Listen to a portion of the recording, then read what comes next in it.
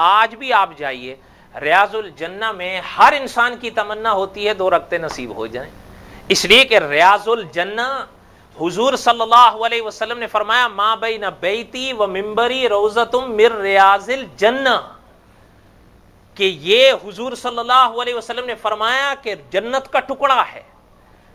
اور علماء دیوبند نے بڑی عجیب بات لکھی ہے کہ حضور صلی اللہ علیہ وسلم کے قدمین شریفین زمین پر پڑھے یا نہیں پڑھے، اس میں کوئی شک نہیں۔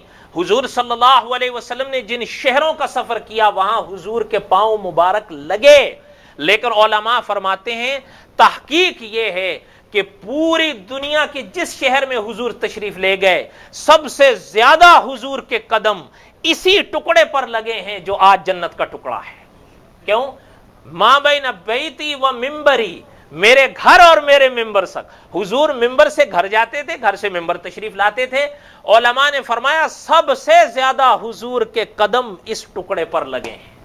ہر شخص کی خواہش ہوتی ہے 2 رکعتیں پڑھ لوں، اور مملکت سعودی عربیہ کا اگر آپ وہ نظم دیکھیں کہ جیسے ہی مسجد نبوی میں آپ قدم رکھیں سرخ نما قالین پر آپ کا پیر آئے گا، لیکن جس وقت ریاض الجنہ میں آپ کے قدم لگیں گے تو ما بین بیتی و منبری روضۃ من ریاض الجنہ، جہاں تک ریاض الجنہ کا ٹکڑا ہے ابتدا سے لے کر انتہا تک سبز نما قالین ہے۔